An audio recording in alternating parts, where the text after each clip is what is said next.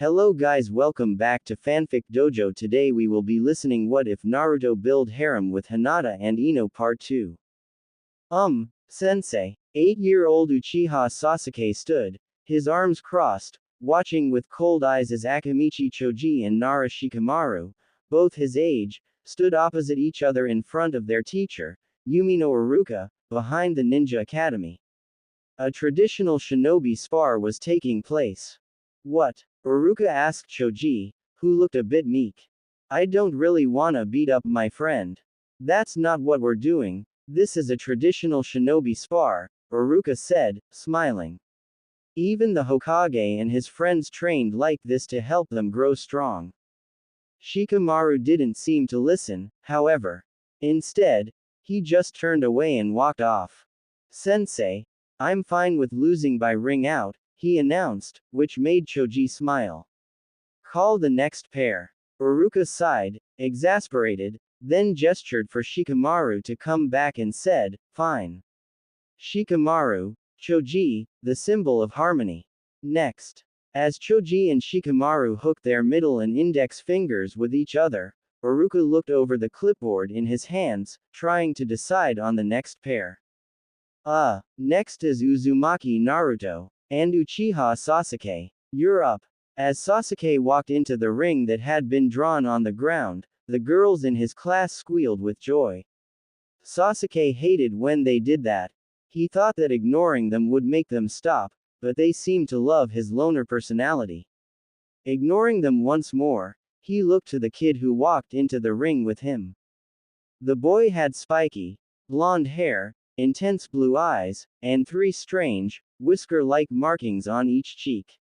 Sasuke could see that he shouldn't relax when it came to this boy, as his expression was very rebellious, and his already bruised knuckles, coupled with the faded bruise on his cheek and the butterfly bandage over the cut above his left eyebrow told him that this kid was a fighter. Let's do this, the other boy, Naruto, said with a grin that screamed defiance and confidence. Naruto, Iruka barked, placing his hand in a half-ram seal. Before the spar, you have to make the symbol of combat. It's the proper protocol. I couldn't give a crap. Naruto exclaimed brashly and very loudly. Just start the fight, yeah. So stupid. Sasuke muttered. Fine, I'll take you down in one. Stop. The both of you. Iruka ordered. Sheesh. Listen, these shinobi spars are a tradition that's been passed down for generations. I realize there's a lot of etiquette, but it's important, and here at the academy, we're teaching you the basics. First, you always face your opponent and point your fingers like this. This is the symbol of combat. It represents on half of a seal that might be used to activate a ninjutsu technique, and means, I've come to face you in battle. When the spar is over, both participants make the symbol of combat and lock their fingers together, to make the symbol of harmony and acknowledge that they are still comrades. This is all part of the proper etiquette for a shinobi spar, and, Iruka stopped and twitched when he saw Naruto looking away, cleaning out his ear. Are you listening, Naruto? This is the second time I've told you this. Yeah. Say, yes, and say it once, you little brat. Naruto scoffed, but then smirked and formed the symbol of combat, staring into Sasuke's eyes, the Uchiha forming the same symbol. Begin, Iruka yelled out, and the two kids charged at each other. Sasuke was right when he had assumed that Naruto could fight. He was used to being strong and all, so when Naruto seemed to anticipate every strike and counter with the same efficiency as Sasuke himself, the Uchiha was understandably shocked. The two traded blows, and Sasuke, though entirely focused on the fight, noticed in the corner of his eye how the other students were staring in open shock. None of them had apparently been expecting Naruto to be this good. Sasuke grunted when he felt a punch connect with his stomach, hard. And when he hunched over, gritting his teeth, his mind's eye flashed back to that night, when he in a rage fueled by grief had charged at Itachi, who had delivered a similar punch to his stomach. Stumbling back, Sasuke glared at Naruto, and before his eyes the blonde's features changed. Instead of the spiky-haired, cocky blonde, there stood the source of his hatred, Uchiha Itachi. Sasuke felt that familiar rage fill him, and he charged at his brother with renewed vigor, taking him completely by surprise with his increased speed. He laid into him with punches, then managed to knock him to the ground, jumping on him and straddling him. His eyes wide with rage, Sasuke raised his fist, ready to pound Itachi's head to mush.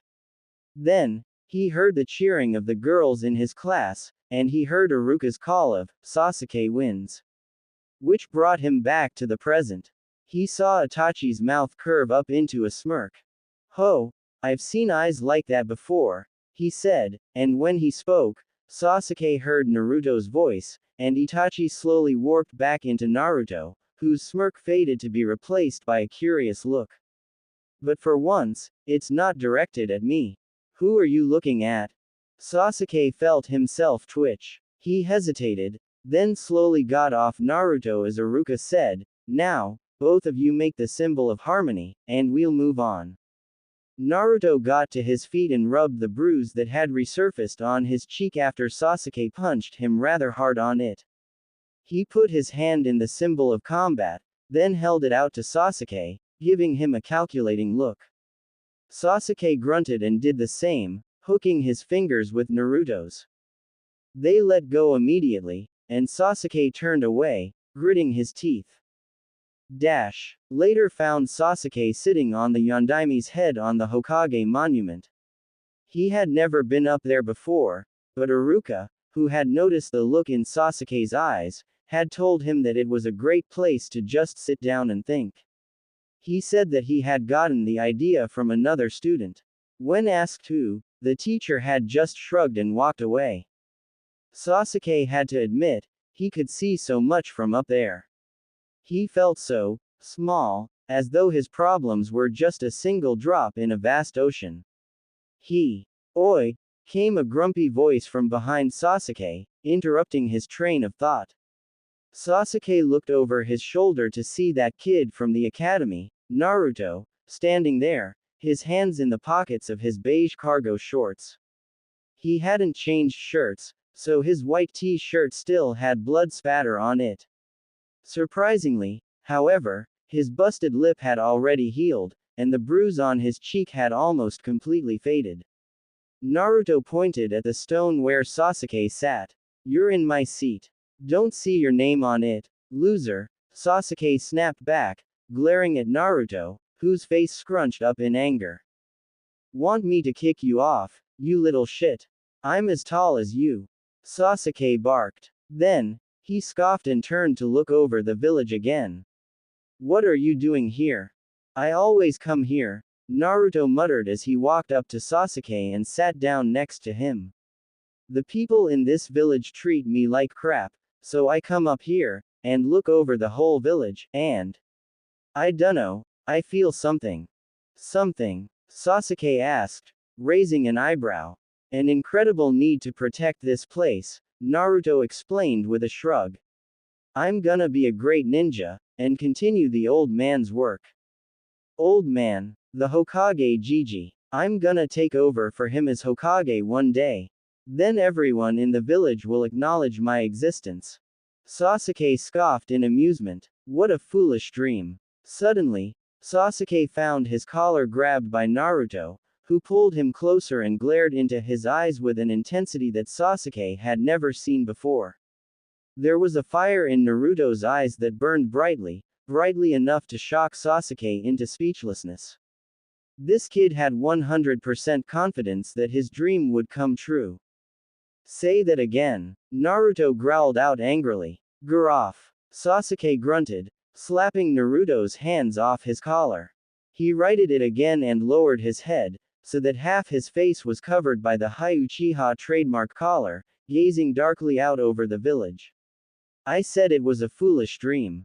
Empty words aren't going to make them reality. All dreams start out as words.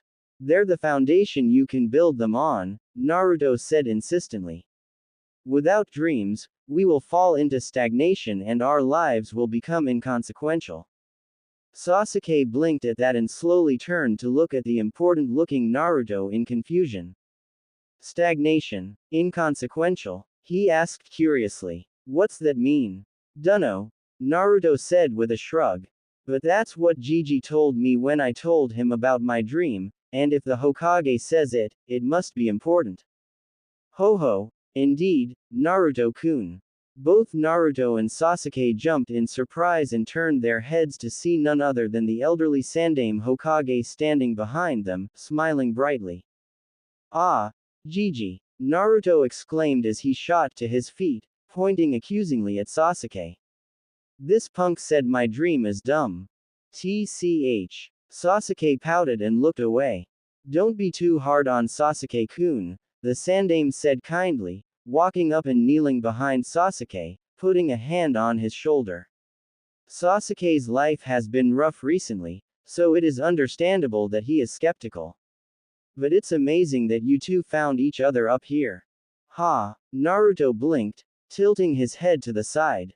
What are you on about, Gigi? You both have darkness in your lives, a darkness no one could ever understand, the Sandaime said, which made Sasuke's eyes widen as he turned his head to look at Naruto in shock. This kid had a rough life. I think that, of all the people in this village, you two are probably the ones who can understand and help each other the best. Sasuke looked skeptically at Naruto, who gave him an identical look. That pampered prince? Naruto asked at the exact same time as Sasuke said, that troublemaking idiot. The Sandaime just chuckled as he patted both boys on the head and said, Iruka told me that you two sparred today, the strongest in the class. If you were that energetic during your spar, you should have gotten a feel for each other's reasons for fighting. Rising again, the Sandaime smiled brightly at them. I believe, Naruto-kun, Sasuke-kun, that if you two talk, you will become great friends. It's not good to keep everything bottled up inside. With that, the Sandaime disappeared in a puff of smoke. Naruto looked a bit confused for a moment, then shrugged and plopped down next to Sasuke again, humming. What he mean? Had it rough? The blonde mumbled, and Sasuke's eyes darkened as he lowered his head again, hiding behind his collar. I don't wanna talk about it. Fine, Naruto said with a shrug. Not like I wanna talk to a punk like you, anyway. I just came here to enjoy the view. Sasuke scoffed, keeping his gaze on the village. The two sat in silence for a while, and Sasuke thought back to the spar he had had with Naruto earlier that day. The Sandaime said that they should be able to understand each other, and Sasuke could remember that Itachi had said something similar once, that when two warriors clash, their minds connect, and their true feelings are displayed to each other. Slowly, Sasuke turned his head to look at Naruto, who kept his defiant look on his face as he looked over the village. You have determination, Sasuke spoke up suddenly, which made Naruto look at him. I got that from our spar. You're constantly trying to prove yourself, and the determination is just an outlet for all the hate you hold inside. Hatred for what? Why should I answer? You didn't. Sasuke gave another scoff and looked away from Naruto again. He contemplated for a moment, then said, I am from the Uchiha clan. My brother was the strongest of us all. He was my hero. For as long as I can remember, I have always wanted to be like him. Then, about a month ago, Sasuke closed his eyes and took a deep breath, the events flashing before his eyes. He contemplated avoiding telling Naruto, but felt that it might be best if he talked about it. About a month ago, my brother killed my entire clan, before fleeing the village. Naruto blinked in surprise at that. Wow, that sucks, I guess. What about you? Sasuke asked, hoping to find something else to focus on. What about me? Have you lost anyone? The Hokage said we'd understand each other, so. I don't think he meant it like that, Naruto said with a shrug. I've never lost a family member. Oh, Sasuke thought, and couldn't help but envy Naruto for how lucky he. Then again, I've never had any family to begin with. Huh, Sasuke blinked in surprise. Maybe Naruto wasn't so lucky after all. Yeah, I'm an orphan. No idea who my parents are. I think they died on the day I was born, during the Kyuubi attack, or something. Oh, Sasuke said slowly. Is that why you have such a suppressed hatred? Nope. I don't hate the Kyuubi, Naruto said, shaking his head. I don't really hate anything. That's total crap, Sasuke muttered, giving Naruto a skeptical look. The Hokage said that we'd be able to understand each other, since we've sparred, and I felt a lot of hatred coming from you. Naruto scoffed, crossing his arms and turning away while muttering, "What do you know?" I know a look of hatred. I see it every time I look in the mirror. So tell me. Naruto kept his defiant look for a few moments, but then he seemed to deflate as he turned his head to look over the village. The villagers, I guess, he muttered. They think I'm blind and deaf, but I see and hear everything. Most of these people, they glare at me for no reason, and they whisper things about me, even though they don't know me. They whisper such hurtful things. Why would they do that? I mean, you're a troublemaking fool, but that's. Shut up. Naruto snapped. I only started causing trouble because they whispered a bunch of crap. Sasuke's eyes widened at that. Then, why are they whispering? Dunno. Naruto said with a shrug. They've been doing it for as long as I can remember. When I ask the old man, he gets all dodgy and changes the subject. So, you have no idea what it's like to lose family, and I have no idea what it's like to not have family in the first place, or be whispered about by the villagers. Sasuke muttered, furrowing his brow. How, exactly, are we meant to understand each other? Well, I don't think Gigi meant that we'd understand the thingy itself, but the pain it caused. The thingy. The Gigi has a word for it, but I can't page. Prawn. I can't say it. You should work on that. Gimme a break, alright. I never had someone to teach me properly. Sasuke scoffed in amusement as he looked over the village again, a small smirk on his face. You're pretty useless, aren't you? Shut up. I'll kick you down from here. Dash. As Sasuke walked into the academy the following day, he couldn't help but feel happy. Yes, it was probably happiness that he felt. He and Naruto had talked a lot the previous evening. They had found that the Sandaime was right. Though their situations were vastly different, they had connected thanks to the fact that the pain they felt was very similar, despite being so radically different. Also, Sasuke felt quite proud of himself for having spent most of the night studying a dictionary so that he could confuse Naruto with big words the following day.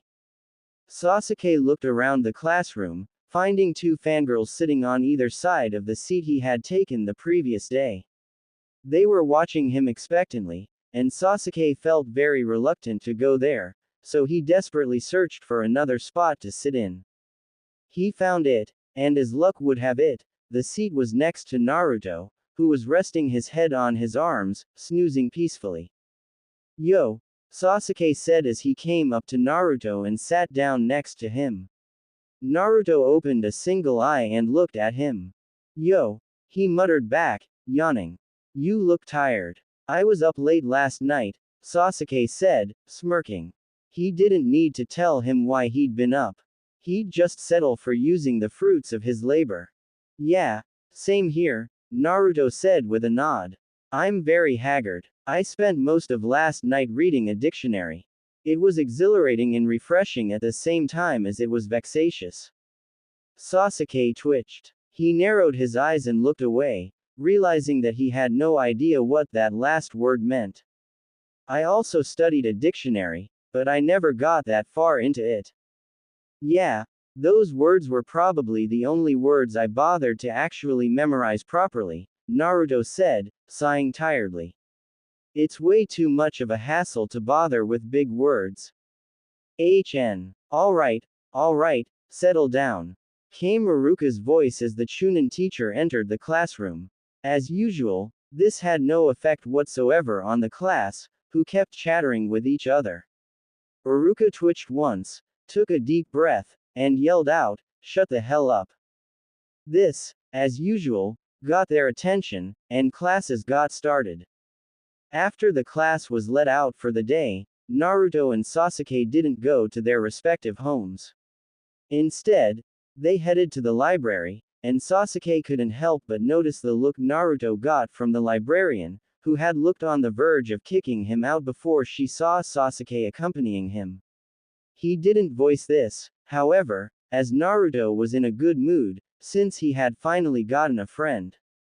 Well, Sasuke hadn't officially said that they were friends, and though he was loath to admit it, he saw Naruto as one. He didn't really know why. They had just clicked somehow. So now, they were looking through scroll after scroll, researching ninja and chakra as much as possible. Naruto had wanted to spend the day at Ichiraku Ramen, but Sasuke had convinced him to go to the library. After all, he couldn't grow strong enough to become Hokage and get everyone to acknowledge him by spending his days at the ramen stand. Ah, Sensor Ninja, Medic Ninja, Offensive Ninja, Defensive Ninja, Genjutsu Specialist, Ninjutsu Specialist, Taijutsu Specialist. Naruto muttered, looking through his 13th scroll that day. There's so much to choose from. How do you know which one fits you?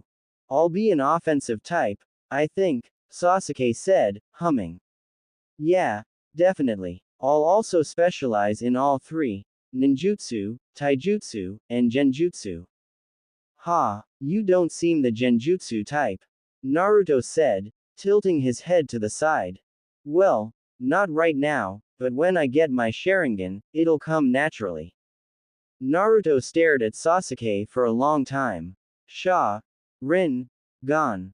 I'll tell you later. Shrugging, Naruto looked back down at the scroll, furrowing his brow in thought and picked up another one, clicking his tongue and muttering, I think I'd make a good censor.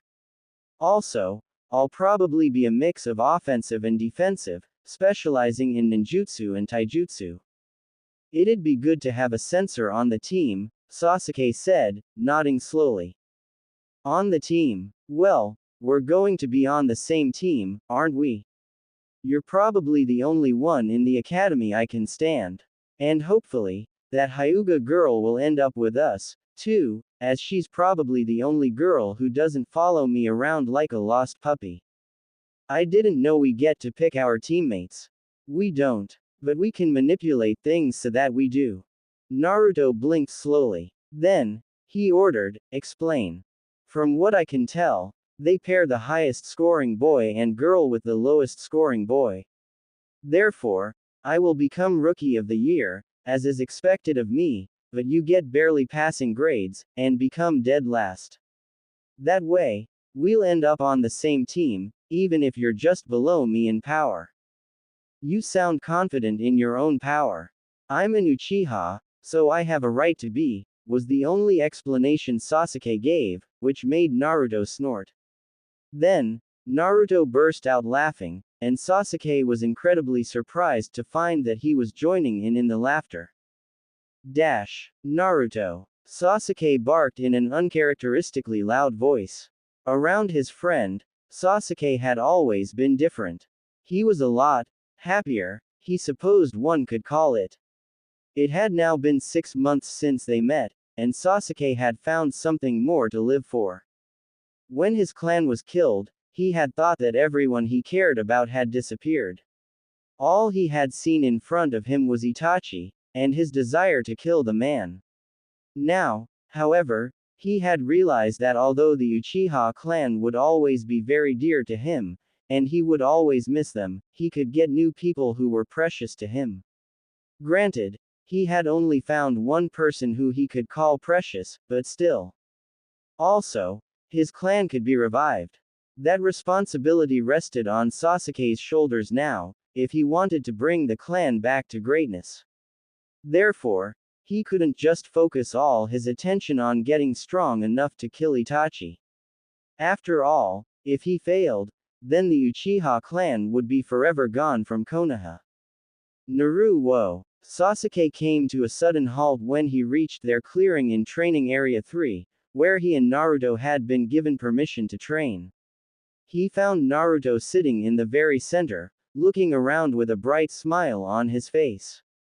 Why was he smiling? Because trees had sprouted from the ground around him, trees that Sasuke was 100% sure hadn't been there before. How? Oh, hey, Sasuke. Naruto said, getting to his feet and jogging over to Sasuke. Isn't this cool? I can create trees. How did you do that? Wood isn't an element, Sasuke said, eyes still wide in shock. Their senses had sharpened enough that they weren't surprised when the Sandaime appeared in the clearing. They heard him the second his sandal touched the dirt. I would also like to know that, Naruto-kun, the Sandaime spoke up, staring at Naruto curiously. Well, I just sat there, meditating, and suddenly I started molding chakra, but it felt different, somehow, like my chakra was split in two. So, I tried putting it together again, and, poof, Naruto finished lamely, gesturing for the trees around them. Naruto-kun, did you know that the wood release is a bloodline limit? The Sandaime said seriously, making both Naruto and Sasuke go wide-eyed. Whoa! Naruto exclaimed, a grin appearing on his face as he turned to Sasuke. Did you hear that, Sasuke? I have a bloodline, too. Indeed you do, Naruto-kun. Have any of you heard of the wood release before? I've heard it mentioned by my father once, I think, Sasuke said, scratching his head. Other than that, no. Nope. The wood release was the special bloodline ability of the Shodai Hokage, boys, the Sandaime said, and it didn't take more than a second for both Naruto and Sasuke to realize what he was saying. Holy mother hubbering crap, Naruto exclaimed, eloquently putting into words what both boys felt. I'm related to the Shodai Hokage. And in turn the Nadaime, Naruto-kun, the Sandaime said, nodding. How? I do not know. I didn't think either of your parents were related to them. The Nadaime never had any children, and the last known descendant of the Shodai is. The Sandaime's eyes widened. No, it couldn't be. Naruto blinked, then looked at Sasuke, who shrugged. Neither of them needed to speak in order to know that the other had no clue what the Sandaime was talking about. The old Hokage seemed to realize this, as he smiled at them. The last known descendant of the Shodai Hokage was the son of Senju Tsunade. However, she was forced to give him up for adoption, against the wishes of the village, of course, as she didn't think she could be trusted to raise a child. I believe that fate somehow intervened, and the child remained in the village despite everything. A smirk slowly spread on the Sandaime's face. Naruto-kun, I believe you now deserve to find out the truth about your parents, he said, making Naruto's eyes widen, along with Sasuke's, as Naruto had told him that the Sandaime had often said that it would be too dangerous for the blonde to know. Why don't we talk somewhere more private? Can Sasuke come? Naruto asked hopefully. 'Cause you know I'll tell him anyway. The Sandaime looked at Sasuke, who thought for a moment that the old man doubted he could be trusted. Those thoughts were unfounded, however, as the Sandaime smiled not even half a second later. Of course, good friends should never have to hide things from each other, after all. Secrets create a rift between them that can almost never be mended. So, Sasuke-kun, would you like to come along as well? Yes, Hokage-sama, Sasuke said eagerly, nodding. If Naruto was related to the Shodai Hokage, he wanted to know about it. The Sandaime reached out and placed a hand on their shoulders, and then all three disappeared in a blur. They reappeared inside the Hokage's mansion, in the Sandaime's office, to be exact. The walls were lined with scrolls, showing that that was all the Sandaime did in this office, work on all manner of ninjutsu. Sit down, the Sandaime said, gesturing for 4 cushions on the floor. He sat down on one of them with the usual old person groan, and Naruto and Sasuke sat down as well, watching him eagerly. The Sandame's gentle, grandfatherly look was replaced by a stern and serious one. Now, Naruto-kun, I want you to remember that this is very sensitive information, and that your parents, grandparents, great-grandparents, and even your great-great-grandparents had enemies that would love to kill you simply out of spite. Therefore, I would like you two to keep this information to yourselves, until I deem you strong enough to protect yourself. Is that clear? Yes, Gigi, Naruto said, and Sasuke nodded in agreement. Very well. Your mother, Naruto-kun, was Uzumaki Kushina, a member of the great Uzumaki clan of Uzushiogakure no Sato, a now destroyed village situated on an island to the east of Fire Country. This clan was known for their great proficiency with sealing techniques, and their longevity. She was an amazingly strong woman, and very hot-tempered. The Sandame paused for a moment, and then gave a small chuckle. In her youth, she was teased in the ninja academy because of her round face and red hair. The children took to calling her Tomato. Naruto gave an audible snort, and Sasuke had to suppress a smirk, knowing that was the kind of name Naruto would have come up with for someone like that. The Sandame hummed and put a hand on his chin, rubbing it thoughtfully. Of course, that all changed when she started pummeling those who teased her, prompting the children to call her the red-hot-blooded habanero. Naruto tensed, and Sasuke knew his friend well enough to know that Naruto had suddenly decided not to go name-calling anymore, unless the name-callee actually deserved it. Well, what about my dad? Naruto asked, shaking off the horrible thought of being pummeled by an angry redhead. Was he a super cool ninja, or something? Oh, he was super cool, alright, the Sandame said with a nod. Your father. Your father is the main reason why your true heritage was kept hidden from you. In the last great shinobi war, he made a great enemy out of Iwa. He was the man who would one day rise to become the Yondaime Hokage of Konoha, Namikaze Minato. Sasuke felt his jaw muscles slacken, and his jaw dropped in shock. Glancing to his right, he saw that Naruto had the same reaction, staring at the Sandame in open shock. My old man was. That's right, Naruto-kun, your father was the Yondaime Hokage, who I now suspect to have been adopted. I believe he may have actually been Tsunade's biological son. The reason why I haven't told you, or anyone else, about this, is that you are, I'm sorry for saying this, a loudmouth, Naruto-kun. Sasuke couldn't suppress a smirk at seeing Naruto twitch in indignation at hearing that. Naruto-kun, if I had told you, then you would have screamed it out to whoever would listen at every chance you had. TCH. Naruto crossed his arms and pouted. I suppose. However, I didn't want to keep it from you any longer. Now, you are going to need training. There is a man here in Konoha who is quite proficient at using Mokuden ninjutsu. And no, Naruto-kun, he is not a senju, the Sandame added at seeing Naruto's face brightening.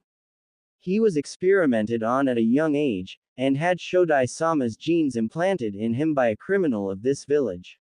He is currently serving in the Anbu forces, but I'm going to recall him to be your instructor when it comes to Mokuden ninjutsu. Naruto grinned widely at that.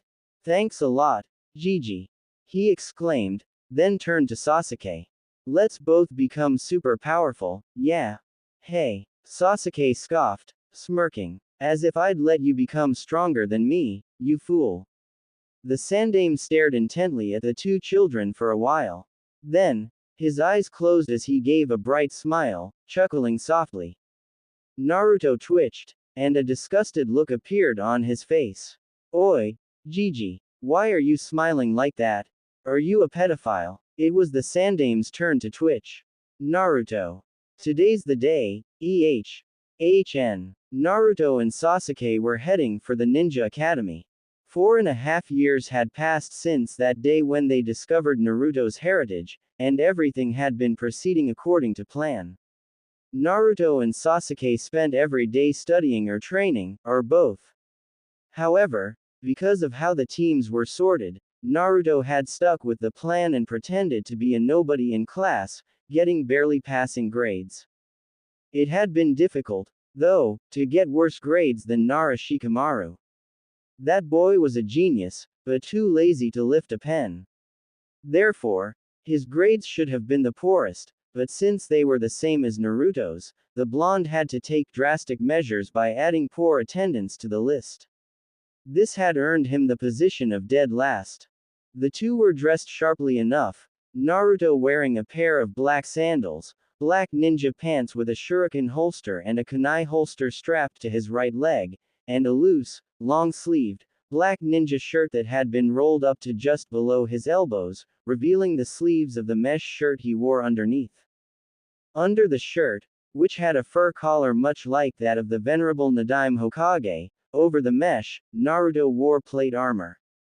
He also had two kunai pouches behind his back, and a black, 3-inch wide bracelet on each wrist.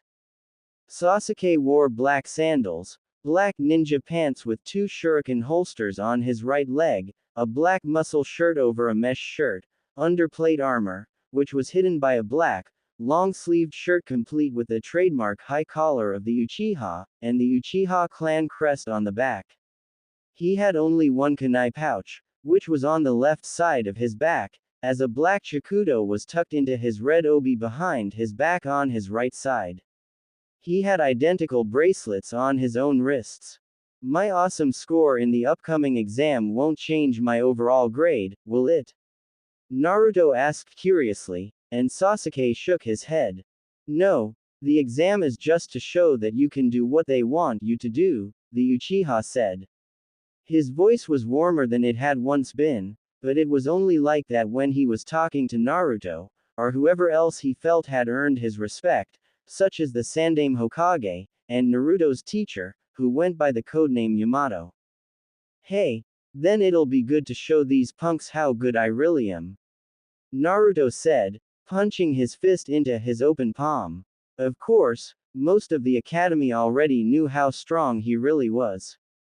After all, Sasuke's fangirls had spied on a lot of their lighter training sessions, and even then it was intense, and since Naruto could easily keep up with Sasuke, they had figured out that he was just acting in class, and had naturally spread the word. Sasuke blinked once and looked at Naruto. Who is it this time? I'm not molding chakra right now, Naruto said, crossing his arms. So I haven't the slightest. Then mold some. Naruto's left eyebrow slowly rose, and he turned his head to look at Sasuke, who sighed. Please mold some. Naruto nodded and closed his eyes, activating his keen chakra sensing abilities. He located all 5 people who were following them, and identified their chakra signatures. The usual fangirls on hour 6, and on the rooftop at 4 o'clock is Hinata. Hinata. Haven't had her following us around for about a week, Sasuke commented. It was widely known that Hinata was probably the only girl in the academy who wasn't a fangirl. Instead, she was an admirer. She didn't admire Sasuke, however, but instead it was Naruto who she focused her attention on. She had told Kiba, who had told Shikamaru, who had told Ino, who had told Sasuke that she admired Naruto for his determination and will to never give up, even when looked down upon by the general populace of the village.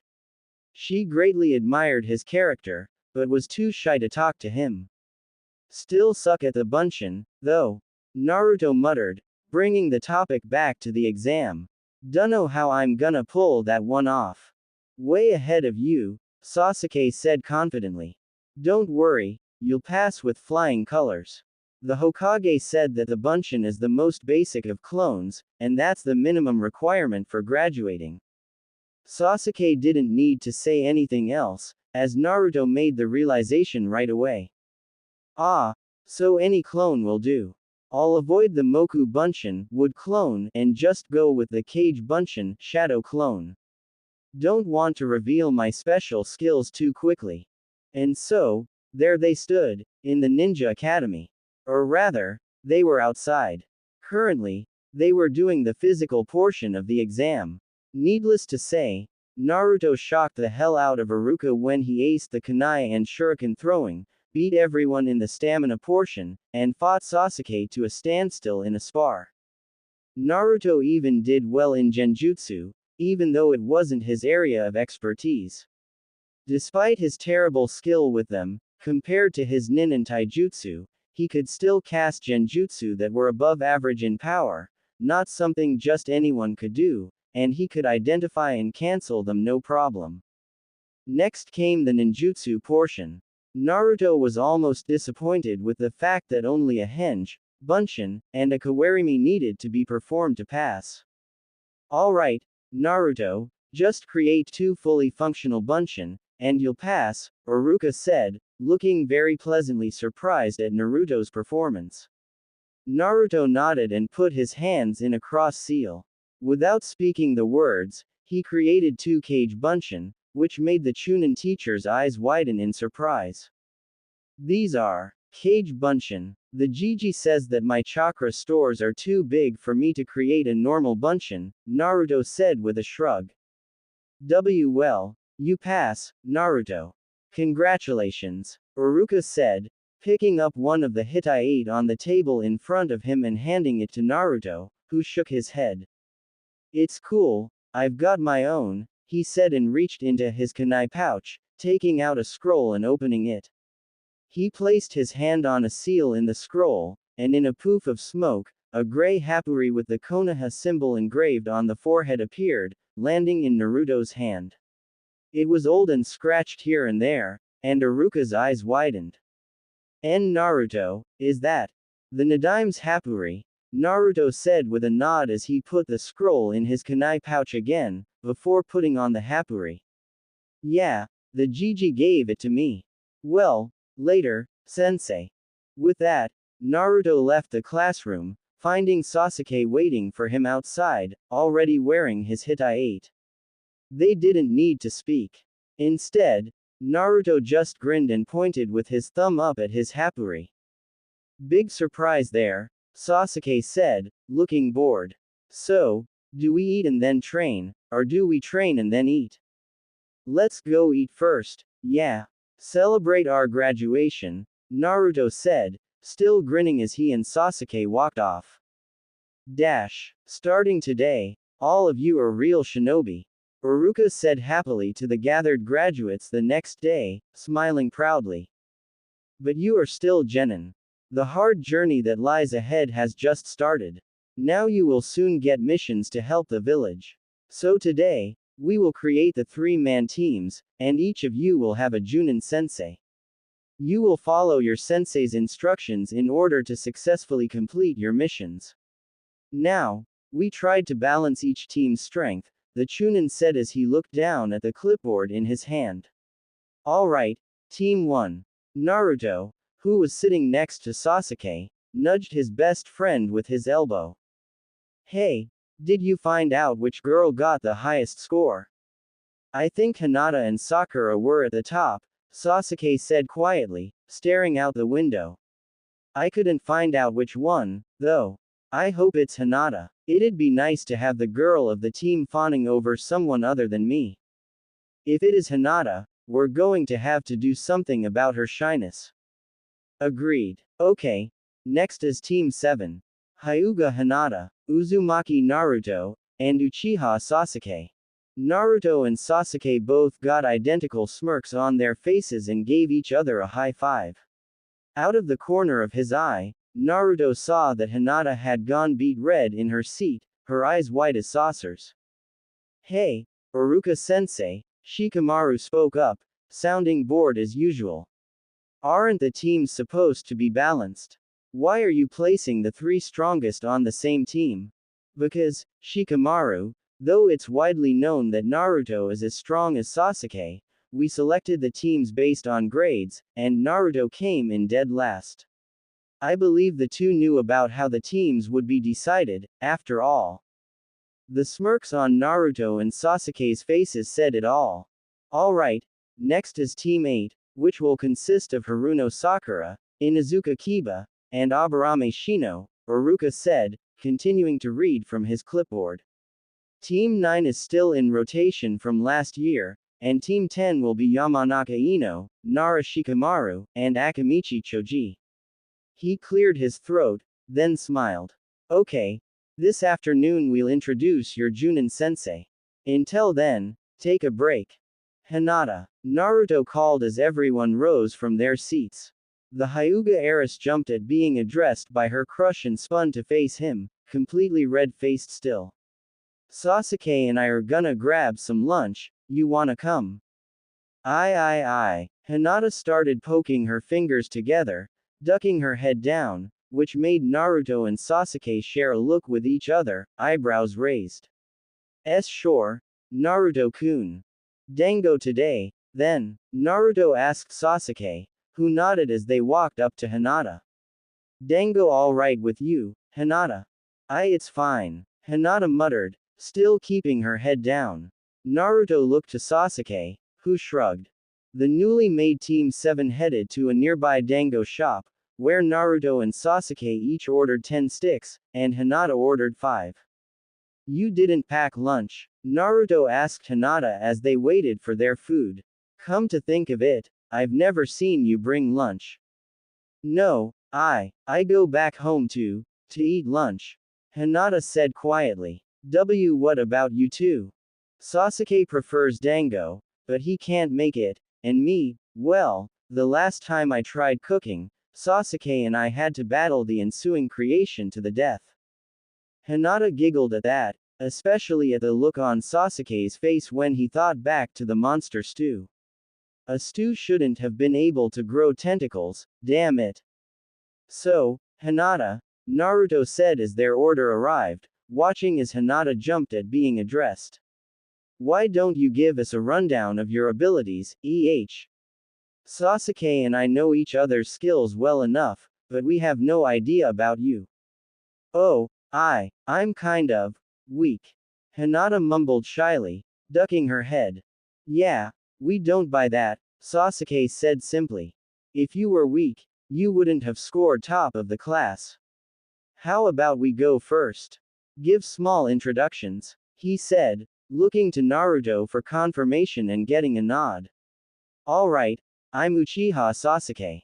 I specialize in ninjutsu and genjutsu. My chakra control is excellent, and my strength is above average. I don't have the best stamina, but it's not lousy, either. My preferred jutsu are Kaden Jutsu.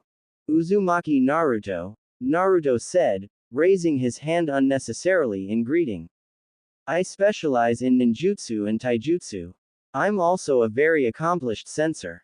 My chakra control is good, but could be better, and my strength is amazing.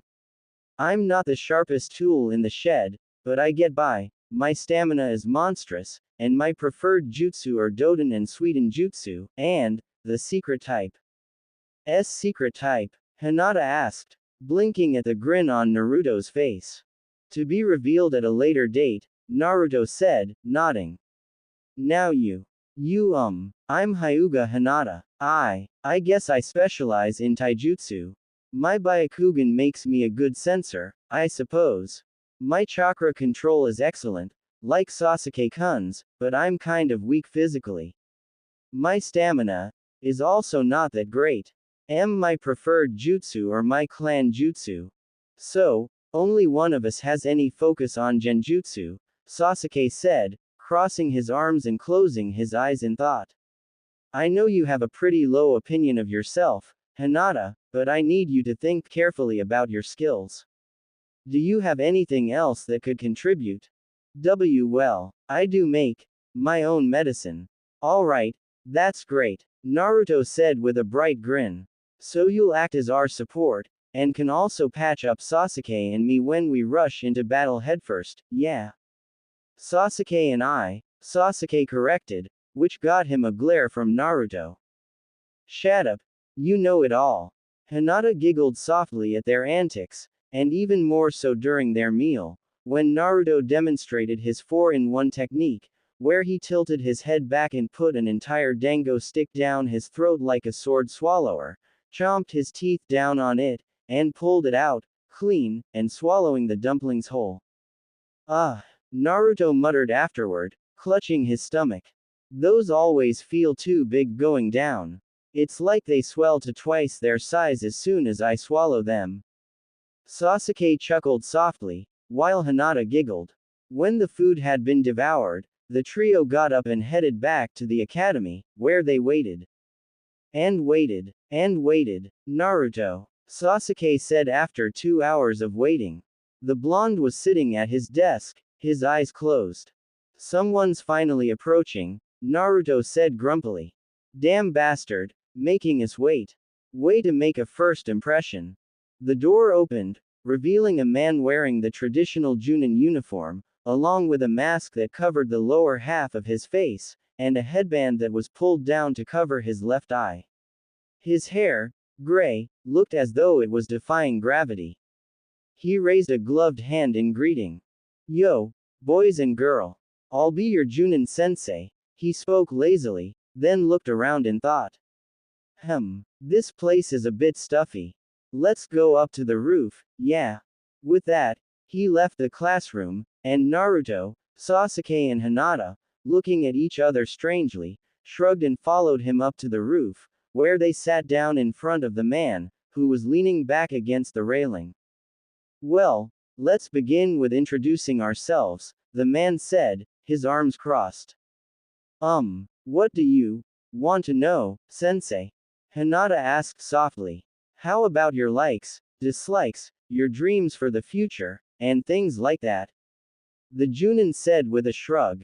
How about you go first? Sasuke asked. Yeah, you look very suspicious. Naruto muttered, narrowing his eyes. Oh, me. Well, my name is Hitaki Kakashi. I have no desire to tell you my likes and dislikes. Dreams for the future. And I have lots of hobbies.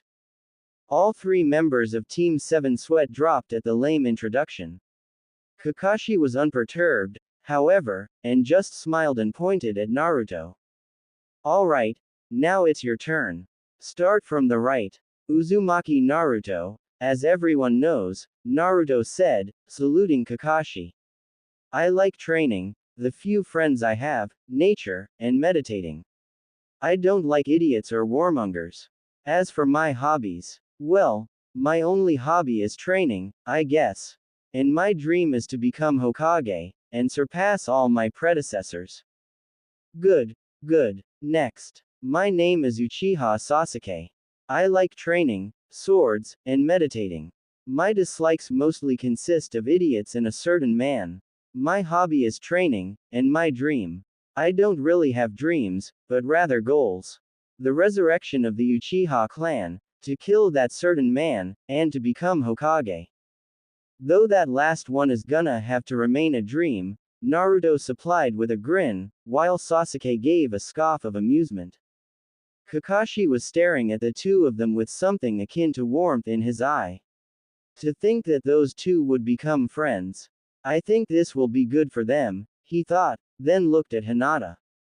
Okay, you're last. My name is Hyuga Hinata. I like zenzai and cinnamon rolls, and Hinata stopped and blushed hard.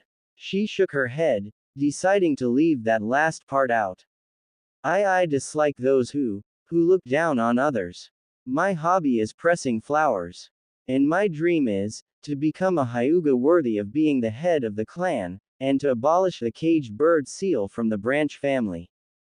Kakashi hummed softly as he looked over his three genin.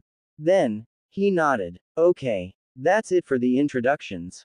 Tomorrow, we'll start our duties as shinobi. First of all, we're going to do something with just the four of us. What is it, Kakashi-sensei?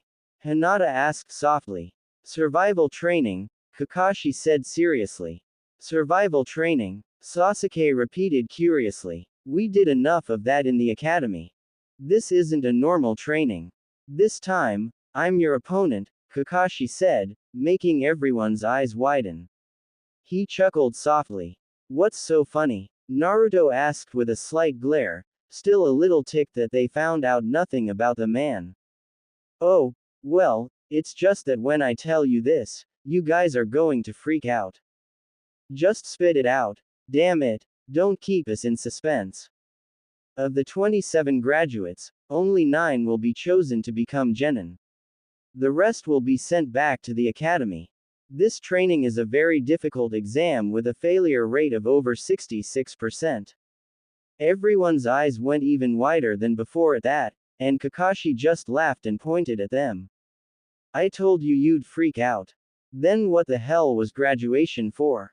Naruto growled out. Oh, that was just to select those who have the potential to become genin.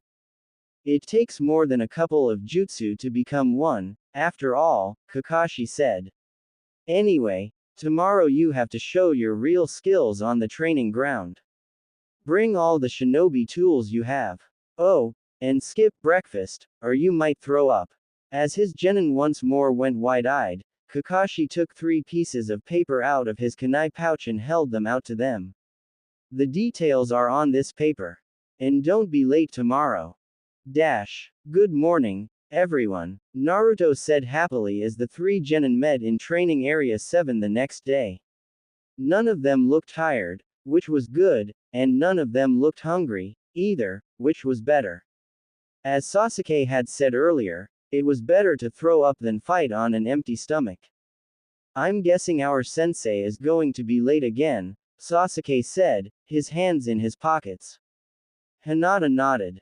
I detect a pattern emerging, she mumbled softly. Well, better make good use of the time we have, Naruto said as he sat down in the lotus position, his eyes drifting shut. I'll keep a lookout for him, and Sasuke, you come up with some good battle plans. Sasuke nodded and sat down, humming. All right, Hinata, you are proficient in the Juken, gentle fist, right?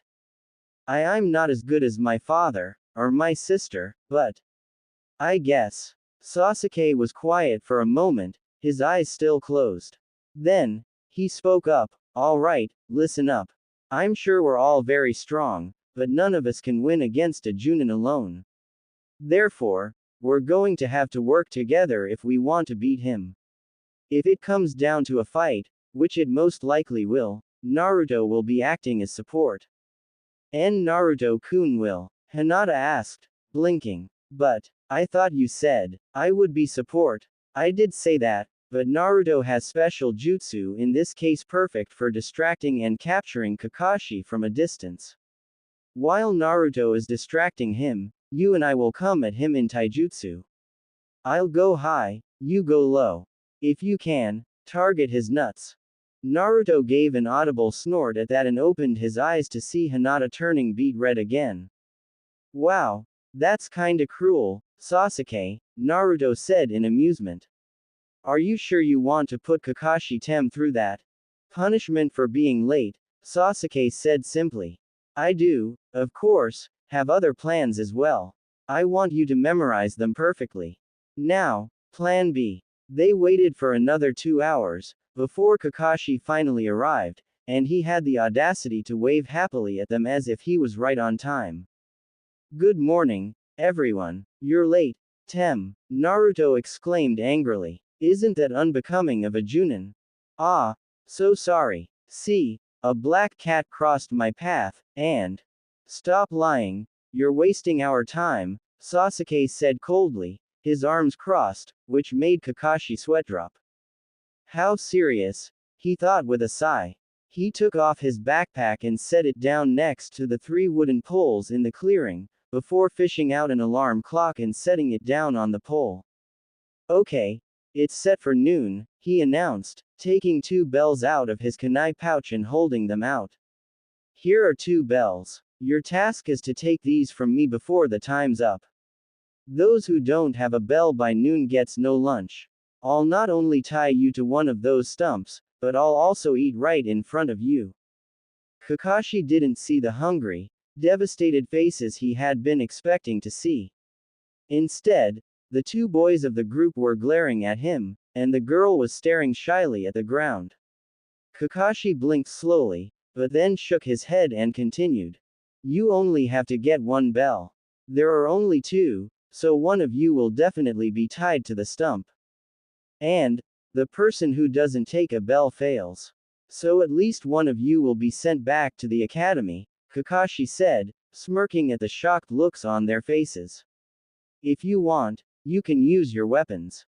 You won't succeed if you don't come at me with the intent to kill. Any questions? Not getting any questions, Kakashi nodded and took a deep breath, his eye closed. Alright, then, begin. With that, all four of them dashed off. TCH. Naruto uttered as he hid in a tree, a disgusted look on his face. Pitting his students against not only himself, but each other as well. Yeah, came Sasuke's voice from behind him as his friend landed on the same branch. This guy's something else. And from what the rumor mill says, he's not someone to toy with, either. So, what do you think? I think the same thing you do, Naruto said, as though it was obvious.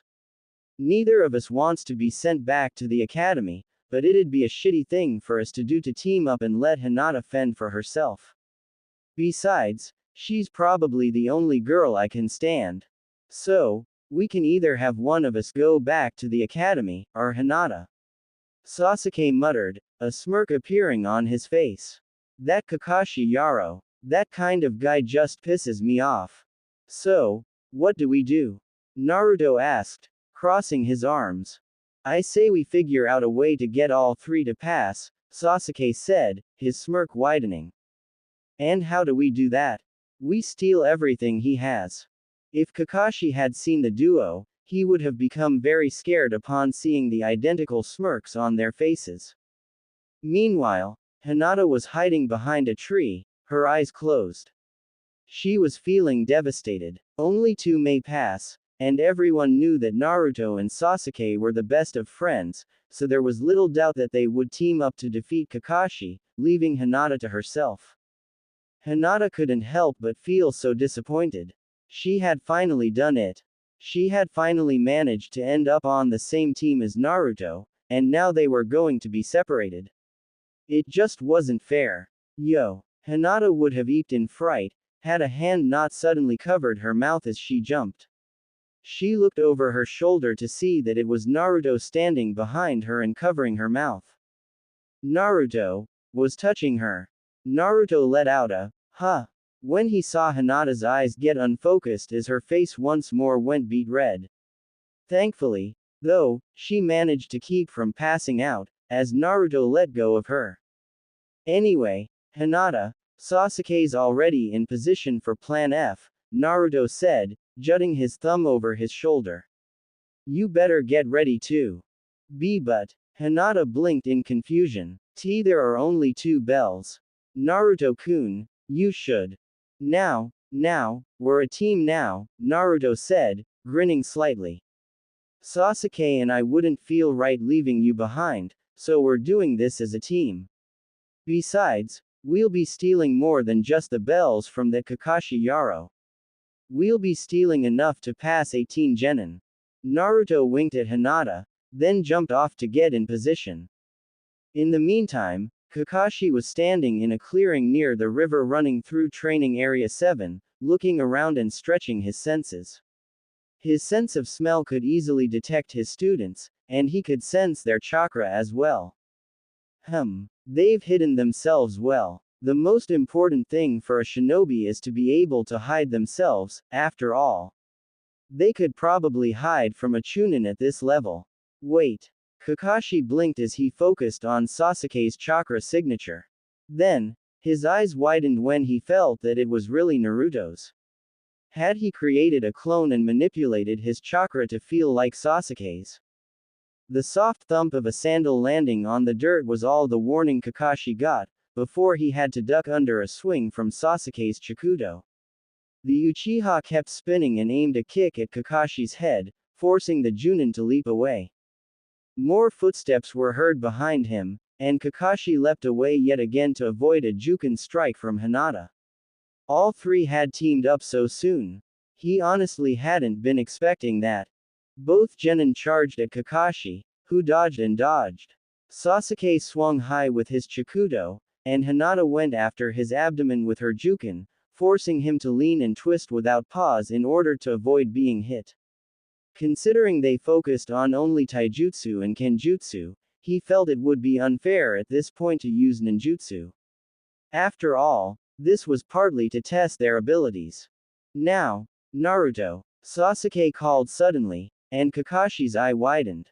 The only warning he got was a slight rumbling in the ground, before wooden poles shot out of it, wrapping around his arms and legs. What? Kakashi exclaimed, his eye wide. He didn't have time to think about it, however, as Hinata reached him just then, and slammed her chakra-laced palm into his chest. Only for Kakashi to disappear in a poof of smoke, replaced by a log. Kawarimi, Sasuke muttered with a scoff. He can't have gone far. Indeed he hadn't, as just then, Kakashi blurred into view behind Naruto, who was hiding behind a pair of bushes, a kunai at his throat. Naruto's hands were in a snake seal, and Kakashi smiled at the blonde. Oh ho, Mokuden ninjutsu, huh? Haven't seen that for a while. However, this is the end for you, Naruto. Really? Naruto asked with a smirk. In a flash, his hand was planted on the ground, and Kakashi only had a millisecond to react before a wooden spike burst out of the ground beneath him, forcing him to leap into the clearing again. He wasn't given any breathing room, as Hinata was on him in an instant. She didn't strike as fiercely or quickly as some of the Hyuga Kakashi had sparred with in the past, but she was impressive nonetheless.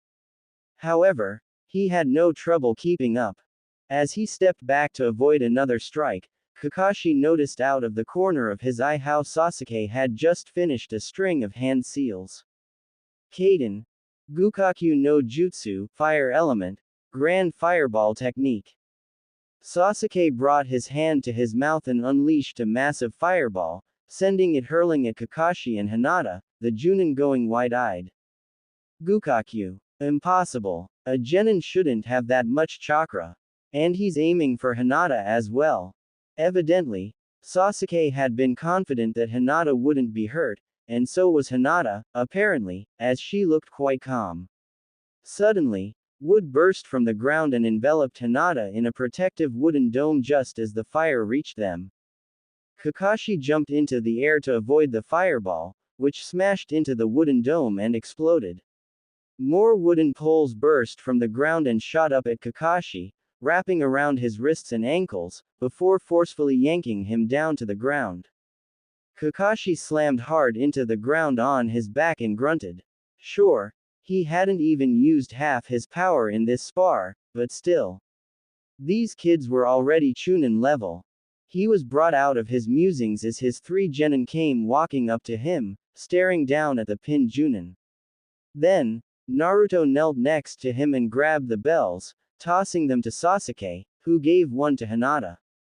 That's some self-sacrificing you're showing there, Naruto, Kakashi spoke calmly, despite the situation he was in. Are you sure you want to be sent back to the academy? I won't be sent back, Naruto said with a grin as he grabbed Kakashi's kunai pouch and removed it from his person, opening it and rummaging through it. Either all of us pass, or no one. So, I'm going to see if you have anything worth threatening in order to pass us. Kakashi's eye widened to the size of a saucer when he saw Naruto fish out his precious book, Ika Ika Paradise.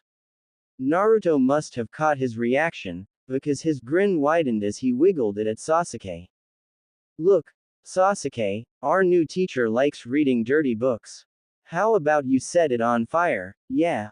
That sounds like an amazing idea, Naruto, Sasuke said, a cruel smirk on his face. You can't do that, Kakashi exclaimed. Fine, fine, you all pass. Now let me go and give me my book. Hey, Naruto uttered as he put the book back in the kunai pouch and dropped it onto Kakashi's stomach, before putting his hand in a half-ram seal. The wood holding Kakashi loosened and sank back into the earth, allowing Kakashi to sit up. Well, you would have passed anyway, Kakashi said as he stood up, refastening his kunai pouch. This test was designed to see if you could figure out the hidden meaning behind it. Hidden meaning, Hinata mumbled, and Sasuke hummed, crossing his arms. You pitted the three of us against not only you, but each other as well. There was no way we were going to get a bell on our own, so we had to team up. So, self-sacrifice. That's right, Kakashi said with a nod. The hidden answer to this test is teamwork. I wanted to see if you could work together as a team, and I wanted to see if one of you would be willing to sacrifice themselves for the others. While that didn't work out quite as I had planned, you got the gist of it. Duties are done by the team. Of course, individual strength is also important to a ninja, but what's even more important is teamwork. Kakashi looked over his three genin, and a bright smile appeared on his face. Naruto, Sasuke, even if you two are best friends, you still didn't leave Hinata behind in order to get the bells for yourselves. That shows that you have character, compassion, honor. You will be risking your lives in these duties. If a hostage is taken, you will have tough choices to make, and you may not always make the right one. Kakashi sighed and gestured for them to follow him as he walked over to where the poles were, behind which was a large stone with hundreds of names carved into it. Look at this, the numerous names carved on this stone. These are ninjas who are recognized as heroes of the village, Kakashi said, staring softly at the stone. But they aren't just normal heroes. Why do I get the feeling you're about to say something depressing? Naruto muttered. These ninjas are all heroes who died on duty, Kakashi explained. This is a memorial. My best friend's name is also carved here. You guys are the first team I've ever passed. Everyone else would just do whatever I told them. They were all just morons, who only thought about themselves, and about doing what I ordered. A ninja must see underneath the underneath. Those who break the rules and codes of the ninja world are called trash, but, you know what? Those who don't take care of their comrades are lower than trash. I want you all to remember that. TCH. Sasuke muttered. Here I thought I had you figured out, then you go say something cool like that. Kakashi smiled brightly and flashed them a thumbs up. That ends the training. All of you pass. Okay. Starting tomorrow, Team 7 will begin its duties. Alright, Naruto exclaimed with a wide grin, pumping his fist into the air. My climb to the top starts here. Ah, my precious Tora-chan. I missed you so much. The wife of the fire daimyo, Madame Shijimi, yelled out as she hugged her cat tightly in the mission's office, despite the cat looking like it was choking to death. You had me so worried, my little baby. No wonder it ran away. Naruto muttered. 3 scratches across the bridge of his nose, and many more on his hands. Sasuke had 3 on his cheek, 3 on his neck, and about as many on his hands as Naruto. I would, too. Kind of makes you pity it. Hinata mumbled softly, having no scratches on her. Now, Kakashi's Team 7, the Sandaime said as he was looking over the documents in front of him, your next duty is, babysitting an elder's grandson, shopping in the neighboring village, and help with the potato digging. You can also. I'm gonna stop you right there, Gigi, Naruto said suddenly. Everyone save for his team stared at him in utter shock for daring to interrupt the Hokage. You and I both know that this team is stronger than any genin team you have. We shouldn't be doing this crap. I agree, Sasuke said, crossing his arms. I think this is an incredible waste of valuable resources. After all, besides team training, coming up with strategies and combinations, all they had been doing since graduating was D-rank missions. You idiots, Uruka barked, sitting next to the Sandaime, who just sighed. You are just rookies. Everyone starts off with the simple duties and work their way up. I don't give a crap. We're not everyone, Naruto barked back. We get these crap missions I wouldn't even force academy students to do. This is not ninja work. Suddenly, Kakashi's fist bopped Naruto on the head, accompanied by the Junin saying, Quiet, you. Naruto-kun, it seems I have to explain to you what these duties are all about, the Sandaime said, puffing on his pipe. Listen, every day, we get all kinds of requests from people, ranging from babysitting to assassination. We rank the missions, and blah, blah, blah, Naruto said, his arms crossed. But you've told us that genin get both D and C ranked missions. I know we're fresh out of the academy, but you know as well as I do that we can handle a C rank. Right, Sasuke, Hinata. I think so. I apologize. Kakashi mumbled, scratching the back of his head in embarrassment. The Sandaime, however, looked thoughtful and hummed while puffing on his pipe. He interlaced his fingers in front of his face and smirked. Very well. If you want it that much, I'll give you a C rank, and we'll see how you do. It's a protection mission of a certain individual, the Sandaime announced, which visibly surprised Kakashi and Hinata, while Naruto and Sasuke smirked. I'll introduce the client now. Hey, will you come in here?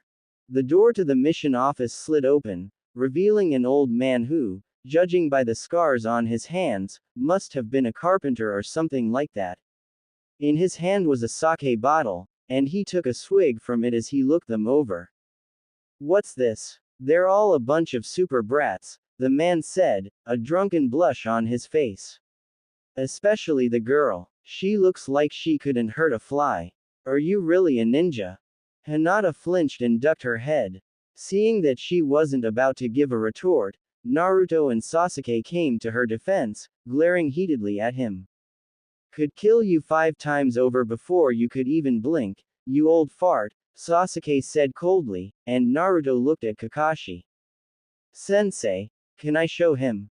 Killing the person we're supposed to protect would cause us to fail the mission, Kakashi said simply, but Naruto didn't need to show him. They'd gotten their point across, judging by how the old man barely suppressed a flinch. He coughed into his fist. Anyway, I am the super bridge builder, Tazuna. I expect you to provide me super protection until I get back to my country and complete the bridge. And so, later found Naruto, Sasuke, and Hinata walked toward the East Konoha gate, packed and ready. Naruto and Sasuke had everything in a scroll each, and Naruto had sealed Hinata's pack into another one, so she didn't have to carry anything. This is AC rank, so the worst we might face is bandits, Sasuke said as they walked. However, I want none of you to let down your guard. Keep your senses sharp for anything out of the norm. Hinata. Hinata jumped at being addressed directly, and quickly answered with why yes. During our journey to Wave Country, I want you to activate your Byakugan at regular intervals and scout the surrounding area. Alright, Naruto. Naruto uttered, raising an eyebrow. I don't want you to go lazy and stop molding chakra. I want you sensing the entire time. Your sensing ability is the best I've ever seen, and it doesn't eat more chakra than it takes for you to regenerate, so you can't complain about that. Don't slack off, keep sensing. Yeah, TCH, you've taken some kind of captain position, or something. Getting a bit ahead of yourself, are you, Sasuke-kun? The Hokage is the leader of the village. I need training, Sasuke said simply, which made Naruto twitch. Yeah, right, the one who's gonna be Hokage is me. Hey, in your dreams, maybe. Why you? I think you both have good chances of becoming Hokage, Hinata mumbled softly, which caused the two genin to stop glaring at each other, instead turning their heads to look at her. Hinata looked a bit startled to be getting so much attention, but gulped and continued. Why you both have such strength, despite your young age, and you both have your unique sets of leadership skills. Sasuke-kun. I think Naruto-kun has just as good a chance to become Hokage, as you. Hinata, finished now, ducked her head, as though expecting Sasuke to react unfavorably to what she had just said. Therefore, he no doubt surprised her when he just gave a soft laugh of amusement. Of course, he said, crossing his arms. He wouldn't be worthy of being my rival if he couldn't keep up with me, after all. But thanks for those kind words, Hinata, Naruto said with a grin, slinging an arm around her shoulders. Seriously, though, we need to do something about this shyness of yours, don't you think? I'm not shy. Hinata mumbled, beat red at having Naruto touching her. Ah, you're gonna try to convince me that fish can fly, too. Naruto said, still grinning widely. He flashed her a thumbs up. Don't worry, though, stick with us, and in a couple of weeks, you'll either be a happy-go-lucky jokester like me, or a cool, brooding type like Sasuke. Go with the jokester path, though. One Sasuke is enough. Oi, are you saying I'm annoying? Sasuke asked with a slight glare. Oh ho, not at all, Sasuke-kun. Funny how you would jump to that conclusion, though. Why, you. Hinata giggled softly at their antics, which made Naruto grin wider. They rendezvoused with Kakashi and Tazuna at the gate, and then set off toward Wave Country. As Sasuke had suggested, Naruto started molding chakra and spread out his senses the second they left Konoha, and it was a good thing he did, because he immediately picked up on 2 chakra sources in the trees to their left. He glanced at Sasuke, who caught his eye. They had long since reached the point where they could tell what the other was trying to tell them from simply looking into each other's eyes. Sasuke's eyes narrowed slightly, and he gave a small, barely noticeable nod, before moving over to Hinata. Hinata, don't use your Byakugan, he whispered so quietly that no even Kakashi would be able to hear them. We have a tail, and we don't want to spook them. Understood, Hinata whispered back. Sasuke was shocked to have seen her turn so serious, not at all her usual, shy self. No, he did see that she was the same, but she forced those traits back through sheer force of will. She looked at Tazuna. Tazuna-san. What? You are, from Wave Country, right? What about it? Do you have a ninja village? It was Kakashi who answered, no, not in Wave Country. Most other countries have them, but Wave Country is a bit too small for it. Hey, don't worry, though. These won't be any ninja combat in AC rank mission. Sasuke pushed chakra into his eyes as they passed a puddle in the road, then turned to look at Naruto, who nodded back at him as they kept walking, Kakashi bringing up the rear. Suddenly, a ninja with a horned Kiri headband came flying over Kakashi, a bladed chain connected to his clawed gauntlet. He landed between Kakashi and the Genin and Tazuna as the chain wrapped around the Junin, tightening. Behind Kakashi stood another Kiri ninja with an identical gauntlet on his hand, which the chain was connected to. What? Kakashi uttered as the 2 ninja both said, one down, and pulled the chain. Kakashi was torn to pieces by the chain, making Tazuna go wide-eyed, along with Hinata. Sasuke, Sharingan burning in his eyes, 1 tomo in the left and 2 in the right, looked at her. Hinata, protect Tazuna, he ordered, while Naruto was already flashing through hand seals. Doden. Doryuden Earth Element. Earth Dragon Projectile. Naruto called out as a dragon head made of earth rose from the ground and turned to one of the Kiri ninja, opening its mouth and spitting high-velocity mud projectiles at him. The ninja jumped, while Sasuke also flashed through seals. Kaden. Gukakyu no Jutsu. He called out, spewing a massive ball of flame at the other ninja, who dodged, yanking the chain connecting the 2, and in doing so pulling him out of the way of the mud projectiles. The fireball engulfed the chain, instantly melting it and separating the 2 ninja, who split off, circling around Naruto and Sasuke in order to head for Tazuna, which caused Hinata to stand protectively in front of him. Doden. Doryu Heki, Earth Element, Earth-style wall. Naruto called out after flashing through another chain of seals, slamming his hands down on the ground. One of the ninja, who was coming at Tazuna from behind, suddenly found himself stopped rather abruptly as he ran straight into the earth wall that shot up in front of him. As soon as his head bounced off the wall, Naruto put his hand in a snake seal. Mokuten. Sashiki no Jutsu, wood element, cutting technique. Naruto called as a wooden blade sprouted from his hand. He spun and flung the blade at the dazed Kiri ninja, piercing him in the shoulder. Gotcha! Naruto proclaimed triumphantly, putting his hand in a half-ram seal and focusing his chakra. Sodatsu, grow. The Kiri ninja's eyes widened when the wood inside his body suddenly sprouted 5 thick spikes that extended to burst out of his body in a shower of blood, piercing many vital organs in the process. Naruto's eyes widened at seeing an actual person be hit by that jutsu. Up until now, all he had practiced on was straw practice dummies.